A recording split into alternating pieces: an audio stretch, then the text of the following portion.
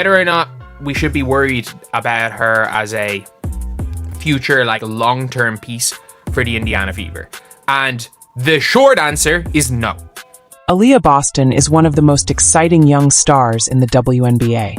As the #1 overall pick in the 2023 draft, she came into the league with high expectations. Some even called her a franchise-changing player. But after 2 seasons with the Indiana Fever and a stint in the Unrivaled league, some fans are asking, should we be worried about Aaliyah Boston? Is she still the long-term piece the Fever need, or has she hit a ceiling? Today, we're breaking down her strengths, weaknesses, and what the future holds for this rising star. Welcome to WNBA Stories. If you love WNBA content, deep dives, and honest analysis, be sure to hit that like button and subscribe. Before we break down her current play, let's go back to where it all started. Aaliyah Boston was a dominant force in college basketball, leading the South Carolina Gamecocks to a national championship.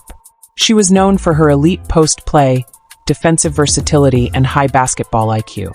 When the Indiana Fever selected her with the #1 pick, the hope was that she would be the centerpiece of their rebuild. And in her rookie season, she did not disappoint. Boston came into the league and immediately made an impact. She averaged 14.5 points, 8.4 rebounds, and shot over 57% from the field. Her defensive presence was undeniable, and she quickly became one of the best passing bigs in the league. She won the WNBA Rookie of the Year award and showed flashes of being a future superstar.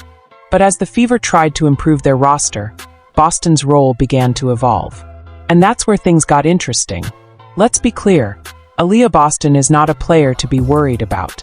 She's still one of the most talented young bigs in the game. But her role has changed, and that's led to some growing pains. Let's break it down. Elite passing for a center. Boston has some of the best vision in the WNBA for a big. She can hit cutters, find shooters, and run an offense in ways most centers can't. Some have even compared her playmaking to Nikola Jokic. Basketball IQ. She consistently makes the right reads, whether it's in the short roll, out of the post, or in pick-and-roll situations. Defensive versatility. She was an elite defender in college and has shown flashes of that at the WNBA level. She's strong in the post, rotates well, and can hold her own against elite bigs. Scoring consistency. She's efficient but struggles to create her own shot consistently. She's not the type of center you can just dump the ball to and expect a bucket.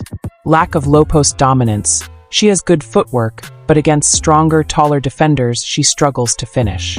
Limited range. While her mid-range shot is solid, she hasn't developed a reliable three-point shot yet, which limits floor spacing. Aaliyah Boston recently played in the inaugural season of Unrivaled, a new women's league that showcases top talent. Playing for Vinyl BC, she got the chance to test her skills in a different system. However, Unrivaled exposed some of her weaknesses. She was often force-fed post-ups, which isn't her strength, and she struggled against elite defenders in isolation. This isn't a knock on her talent, just proof that her game is better suited for a system that plays to her strengths. With the Fever adding a generational talent like Caitlin Clark, Boston's role will shift even more. Clark's ability to space the floor and create offense should help Boston get easier looks. However, Boston's scoring numbers might drop, not because she's declining, but because there are more mouths to feed. And that's okay. What's more important is that the Fever can now run their offense through multiple options. Caitlin Clark, Kelsey Mitchell, and Aaliyah Boston as a high IQ playmaker in the front court. So what's next for Aaliyah Boston? Will she become a dominant WNBA center? Here's what I think. She'll be an elite facilitator. Expect her assist numbers to rise as she plays alongside Caitlin Clark and Kelsey Mitchell. Her scoring will be efficient but lower. With more scorers around her, she may average around 10 to 12 points per game, but on high efficiency. She needs to improve her post game. If she can develop a more dominant low-post arsenal, she could truly become a top-tier big in the league. So, should we be worried about Aaliyah Boston? Absolutely not. She's still young, still growing, and still one of the smartest players in the WNBA. The Indiana Fever have a bright future, and Boston will be a key part of it. The real question is, will she take that next step? Only time will tell. What do you think? Will Aaliyah Boston develop into an All-WNBA center? Or is she best suited as a high-level role player? Let me know in the comments. If you enjoyed this deep dive, make sure to like, subscribe, and turn on notifications for more WNBA content. Thanks for watching, and I'll see you in the next video. And like wasn't doing at the start of last season, and maybe some of the points, like as much as she's improved on a lot of things, there are some definite weak